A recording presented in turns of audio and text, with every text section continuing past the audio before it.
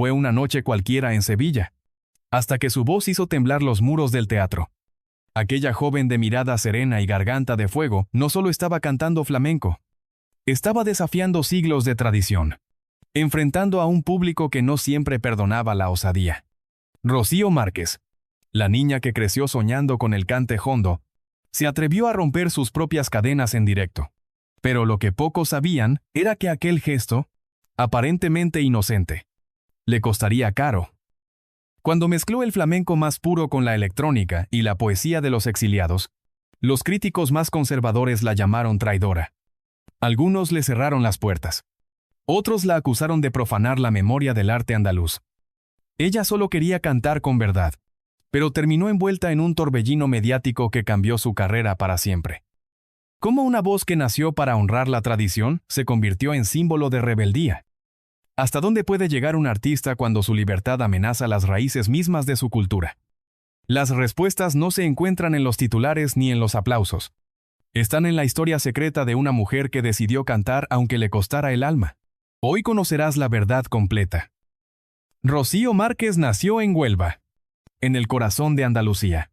Una tierra donde el flamenco no se aprende, se respira. Desde pequeña, el sonido de las guitarras y los cantes de madrugada eran su paisaje cotidiano. En su barrio, las vecinas colgaban la ropa al compás de bulerías, y los ancianos contaban historias de tablaos y de noches infinitas en las peñas flamencas. Rocío creció entre esas voces antiguas que hablaban del dolor, la pobreza y la esperanza, sin imaginar que un día sería ella quien las reinterpretara para el mundo entero. Su familia no era rica, pero sí profundamente musical. Su abuelo le enseñó las primeras letras por solea, y su madre, costurera, le repetía una frase que se le quedó grabada. Canta como sientas, no como te digan. Esa frase, simple y poderosa, fue la semilla de toda su rebeldía futura. Cuando tenía apenas 9 años, ya participaba en festivales locales. Su voz era clara, pero lo que más llamaba la atención era su capacidad para transmitir emoción.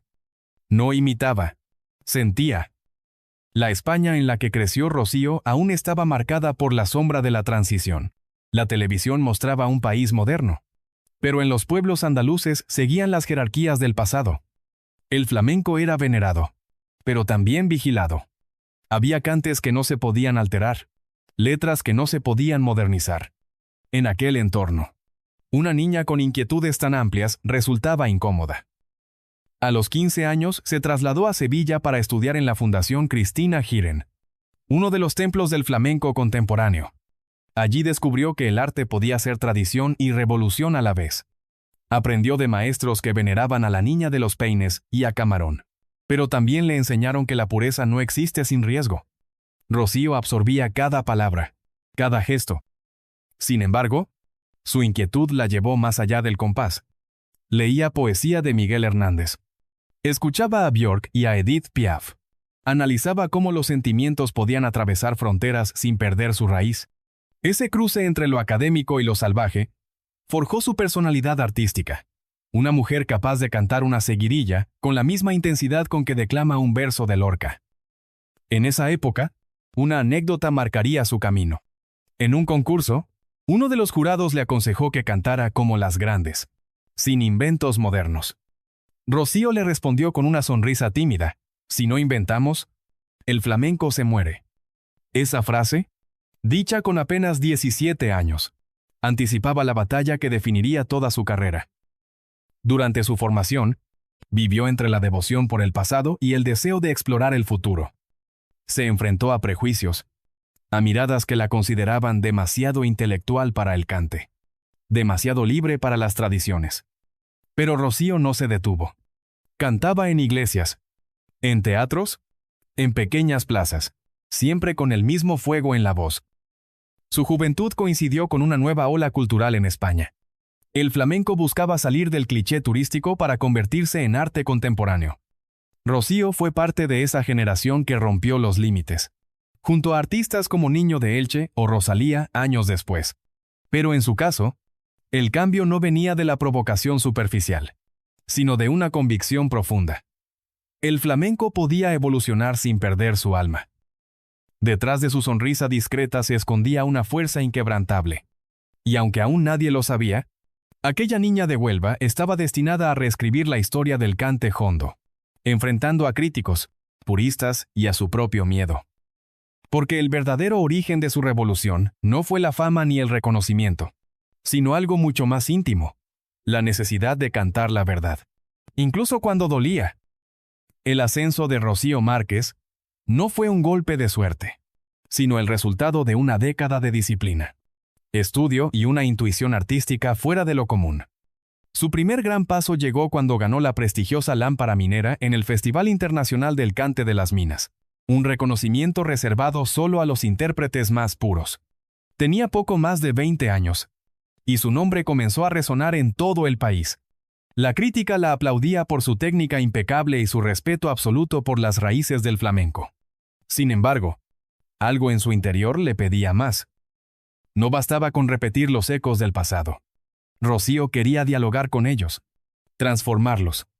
Así nació su primer gran proyecto personal, Firmamento, un álbum que unía el cante jondo con sonidos electrónicos y una estética contemporánea.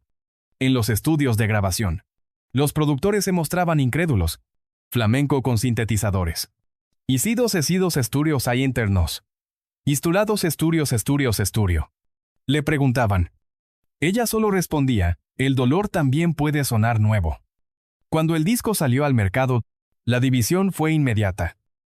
Los medios especializados la elogiaron por su valentía, mientras que los puristas la acusaron de traicionar el alma del flamenco.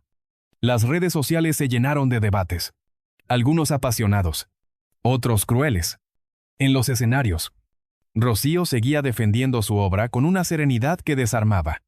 Cantaba descalza, sin adornos, mirando al público como quien confiesa un secreto. Su voz, cálida y desgarradora, convertía la experimentación en emoción pura. El reconocimiento internacional llegó pronto. Fue invitada a festivales en Francia, México, Marruecos y Japón. En cada país, la prensa la describía como la heredera de la tradición que se atreve a reinventarla. Su figura se convirtió en símbolo de un nuevo tiempo. Una mujer joven, andaluza y libre, que hablaba de feminismo, memoria y arte sin fronteras. En medio de los aplausos, Rocío comenzaba a sentir el peso de la exposición. No todos estaban preparados para aceptar su visión. En entrevistas, le preguntaban si no temía perder el respeto de los maestros. Ella respondía con calma. Les respeto tanto que quiero que el flamenco siga vivo dentro de 100 años. Número que cura de Estus Casina. Su ascenso coincidió con un momento de transformación en la cultura española. Las nuevas generaciones buscaban reconciliar lo ancestral con lo moderno. Rocío se convirtió en la voz de esa transición. Grabó con orquestas sinfónicas, recitó versos de Machado y reinterpretó cantes olvidados que hablaban de exilio, censura y libertad. Cada presentación suya era una experiencia sensorial. En el silencio entre dos notas, el público sentía que algo sagrado estaba ocurriendo. Pero la gloria tiene siempre un reverso. Con cada paso hacia la innovación, el ruido de las críticas crecía. Los medios la etiquetaban como la diva intelectual del flamenco, mientras los más radicales la llamaban la traidora del compás. Su nombre aparecía en foros, discusiones y columnas de opinión, no por sus premios, sino por lo que representaba, una amenaza al statu quo. En ese torbellino de luces y sombras, Rocío comprendió que su éxito no era solo artístico, sino también político. Había tocado una herida abierta, el miedo al cambio dentro de una tradición centenaria. Pero ella siguió adelante. Sabía que el verdadero arte siempre incomoda antes de ser comprendido. Sus conciertos se llenaban, sus discos se agotaban, y su voz, cada vez más profunda, parecía contener el eco de todas las generaciones que la precedieron. Rocío Márquez había conquistado el mundo sin dejar de ser fiel a su verdad. Sin embargo, lo que parecía gloria eterna, pronto se convertiría en su mayor pesadilla. El punto de quiebre llegó cuando Rocío Márquez decidió llevar su arte a un terreno que pocos se atrevían siquiera a mencionar. La memoria histórica, en pleno éxito internacional, anunció un nuevo proyecto que combinaría letras de poetas republicanos con palos flamencos tradicionales. Su intención era sencilla, casi inocente: rescatar las voces silenciadas por la guerra civil y el franquismo a través del cante. Pero en un país donde las heridas del pasado aún supuran, aquel gesto fue interpretado como una provocación. El título del disco, Visto en el Jueves, evocaba la libertad de las calles y la crítica social de los mercadillos sevillanos, donde el pueblo expresaba lo que los medios callaban. En una de las canciones, usó versos de Miguel Hernández que hablaban de los presos políticos y los fusilados. Fue suficiente para desatar la tormenta. Los sectores más conservadores acusaron a Rocío de politizar el flamenco. Algunos medios de derecha la tildaron de agitadora disfrazada de cantaora. Incluso se cancelaron actuaciones en varias localidades de Andalucía por motivos institucionales. Rocío se encontró en el centro de un huracán mediático. Las redes sociales se dividieron entre quienes la defendían como símbolo de libertad artística y quienes la acusaban de manipular el arte para fines ideológicos. En entrevistas, ella intentó explicar su postura. No estoy haciendo política. Estoy cantando lo que se nos prohibió durante décadas. Pero el ruido era más fuerte que sus palabras. Una noche, durante un concierto en Madrid, un grupo de asistentes abandonó la sala en señal de protesta, cuando comenzó a cantar Andaluces de Jaén. La imagen se viralizó al instante. Los titulares hablaron de división cultural, flamenco militante y traición a las raíces. Rocío, en cambio, siguió cantando con los ojos cerrados. Su voz temblaba, pero no por miedo, sino por dignidad. La crisis se extendió más allá del ámbito artístico. Productores que antes competían por trabajar con ella comenzaron a retirarse. Algunos festivales la excluyeron de sus carteles, alegando riesgo de controversia. En los cafés flamencos de Sevilla, los puristas susurraban que Rocío se había perdido en la modernidad. Ella lo sentía en cada mirada, en cada silencio incómodo. Pero, como tantas veces en la historia del flamenco, el dolor se convirtió en materia de arte. En medio del escándalo, Rocío publicó un manifiesto personal en el que defendía su visión del cante jondo. El flamenco nació del dolor de los oprimidos, de los gitanos perseguidos, de los jornaleros sin tierra. No puede tener miedo de hablar del sufrimiento humano. Ese texto recorrió los medios internacionales, y aunque en España alimentó aún más la polémica, en otros países fue celebrado como un acto de valentía. El impacto emocional fue devastador. Durante meses, Rocío evitó aparecer en televisión y redujo sus entrevistas al mínimo. En una conversación íntima, confesó que había dudado de sí misma. Sentí que mi voz ya no era mía, que cada palabra que cantaba se analizaba con lupa. Se aisló en su casa de Huelva, rodeada de libros y grabaciones antiguas de La Niña de los Peines, buscando respuestas en los ecos del pasado. Los ataques no solo vinieron de fuera. Dentro del propio mundo flamenco, algunas figuras la consideraban una amenaza para la pureza del arte. Le cerraron puertas. Le retiraron apoyos. La soledad, esa compañera silenciosa de los artistas que se atreven a pensar distinto, comenzó a acompañarla. Aún así, hubo quienes la defendieron con pasión. Poetas, músicos y críticos jóvenes la señalaron como la heredera de los grandes transgresores: Enrique Morente, Lole y Manuel, incluso Camarón. Rocío no rompe el flamenco, decían, lo salva del museo. Deses estolamente conciles apolisto solamento. Pero los meses de tensión pasaron factura. Su salud emocional se resintió. Y por primera vez, Rocío dudó si valía la pena seguir. En una entrevista posterior, lo resumió con una frase que quedó grabada. No temí perder la fama. Temí perder mi verdad. Y destivos contarnos. ¿Y destivos? Esa crisis marcó un antes y un después en su vida. La niña que había cantado en Peñas Humildes, la joven que soñó con unir tradición y futuro, se encontraba ahora frente al precio de su autenticidad. Los focos se apagaron, las críticas se calmaron, pero el silencio que quedó fue aún más difícil de soportar. ¿Podría alguien sobrevivir a semejante golpe contrados? Tras aquel torbellino de ataques y cancelaciones, Rocío Márquez desapareció de los escenarios por un tiempo. No hubo comunicados oficiales ni despedidas. Simplemente dejó de cantar. En su casa de Huelva, el silencio reemplazó a la música. Las paredes que antes vibraban con ensayos y melodías se llenaron de dudas. Por primera vez en su vida, Rocío se preguntó si su voz seguía teniendo sentido en un mundo que parecía no querer escucharla. La caída no fue solo profesional. Fue íntima, profunda. Había perdido parte de su confianza, y la pientresa pues. Sobre todo, la ilusión con la que empezó. Pero como tantas veces ocurre con los verdaderos artistas, la oscuridad terminó siendo una fuente de luz. Durante ese retiro, comenzó a estudiar filosofía, poesía contemporánea y antropología del flamenco. Quería entender por qué el arte que nació de la libertad se había vuelto tan temeroso del cambio. En medio de esa búsqueda, volvió a encontrarse con la niña que cantaba sin miedo en las calles de su barrio. Su regreso no fue planeado ni espectacular. Fue una reaparición silenciosa, casi espiritual. En un pequeño teatro de París, durante un ciclo dedicado al flamenco experimental, Rocío apareció vestida de blanco, con una guitarra y una vela encendida. No hubo presentación ni aplausos previos. Solo su voz, más serena y más sabia que nunca. Cantó una tonada antigua, desnuda de acompañamiento, como si quisiera reconciliarse con su propio pasado. El público quedó en silencio, conmovido. Al terminar, muchos lloraban. Aquella noche marcó su renacimiento.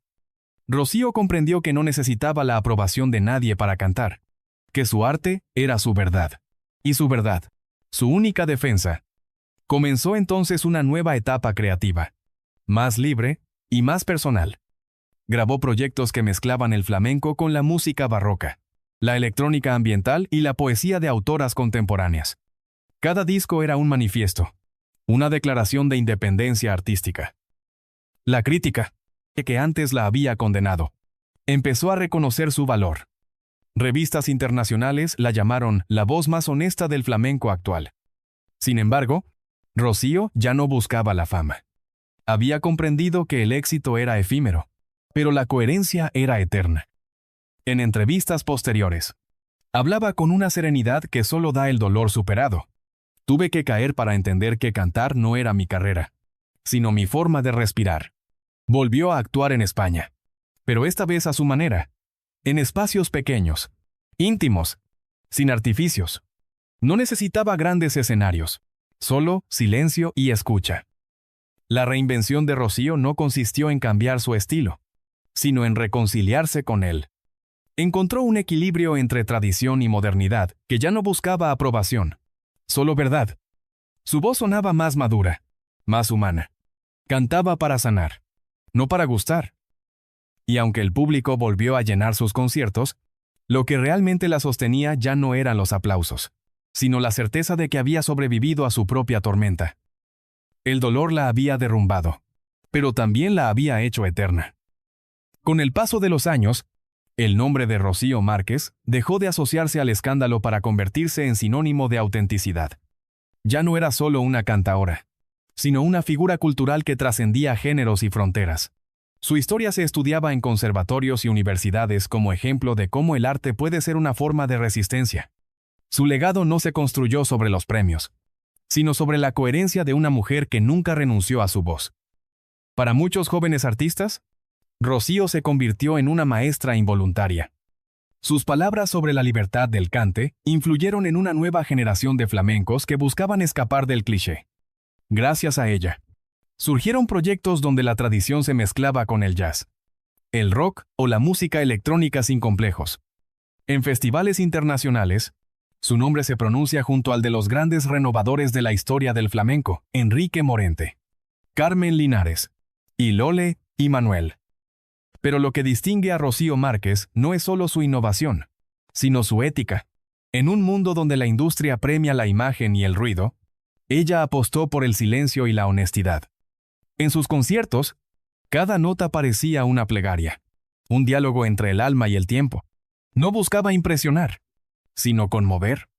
Y en ese gesto íntimo, su público encontraba algo que el espectáculo contemporáneo había olvidado: la emoción pura. Su legado también está profundamente vinculado con la memoria histórica. Gracias a su valentía, muchas letras prohibidas o olvidadas volvieron a ser cantadas. Poetas como Miguel Hernández, Antonio Machado o María Zambrano renacieron en su voz, entre quejíos y ecos antiguos. Rocío entendió que el flamenco era más que un arte popular, era una forma de recordar, de mantener vivo lo que España a veces intenta olvidar. La prensa internacional comenzó a reconocerla como una de las artistas más influyentes del siglo XXI en el ámbito del flamenco. En Francia, la compararon con Piaf por su capacidad de transmitir dolor y belleza. En América Latina, la vieron como una heredera espiritual de Mercedes Sosa por su compromiso con la verdad. En Japón, donde el flamenco se estudia con devoción, sus discos se agotaban en cuestión de días. En su tierra, sin embargo, su figura adquirió un matiz más profundo. Rocío Márquez ya no era la polémica de antaño. Era la voz que había devuelto al flamenco su dignidad contemporánea. En Huelva, su ciudad natal, se organizan ciclos en su honor. Los jóvenes la imitan, los mayores la respetan. En Las Peñas, se habla de ella con una mezcla de orgullo y asombro, como si hubiera logrado lo imposible, mantener viva la raíz mientras creaba un nuevo árbol. Su música dejó huella en cineastas, escritores y coreógrafos. Algunos de sus versos inspiraron documentales sobre la libertad artística y la censura en España. Otros fueron incluidos en obras de danza contemporánea. El eco de su voz resonó más allá de los escenarios, convirtiéndose en una metáfora de la lucha por ser fiel a uno mismo. En entrevistas recientes, Rocío reconoce que aún siente miedo cada vez que sube al escenario, pero un miedo distinto, más sabio. El arte que no arriesga está muerto, dice. Y en esa frase se resume toda su trayectoria. Ella no buscó ser comprendida, sino ser sincera. Y esa sinceridad, tan rara en el mundo del espectáculo, es lo que la hace inmortal. Hoy, cuando suena una grabación suya, no se escucha solo a una mujer cantando. Se escucha a todas las voces que la precedieron, a los gitanos perseguidos, a las madres que lloraron en silencio, a los poetas fusilados, a los niños que crecieron entre el polvo y la esperanza. Su cante es un puente entre el pasado y el futuro, entre el dolor y la belleza, entre la tradición y la libertad. Porque Rocío Márquez no cambió el flamenco para hacerlo moderno. Lo cambió para hacerlo eterno. Rocío Márquez no fue una estrella fugaz. Fue un faro que iluminó las zonas más oscuras del flamenco, donde la tradición y la libertad parecían irreconciliables. Su voz demostró que el arte no se destruye cuando cambia, sino cuando se repite sin alma. En cada nota, dejó una huella invisible, un recordatorio de que cantar es también un acto de valentía. Hoy, cuando el silencio amenaza con devorar la autenticidad, su historia nos recuerda que ser fiel a uno mismo puede ser el gesto más revolucionario de todos. Rocío no buscó escándalos ni aplausos. Buscó verdad. Y la encontró en el mismo lugar donde nacen los grandes mitos, en el borde del abismo. Su legado vive en los escenarios, en las voces que se atreven a desafiar el miedo, en cada verso que resuena más allá de la crítica, porque su cante no pertenece solo al flamenco, sino a todos los que alguna vez sintieron que debían callar para ser aceptados. Rocío Márquez no fue una artista más, fue la conciencia viva de un arte que aún respira. No fue una estrella fugaz, fue un mito eterno en la memoria de España. Y si quieres descubrir otra historia igual de sorprendente, mira ahora, ¿qué ocurrió realmente con Luis Eduardo Aute en los años en que desapareció? En el primer comentario que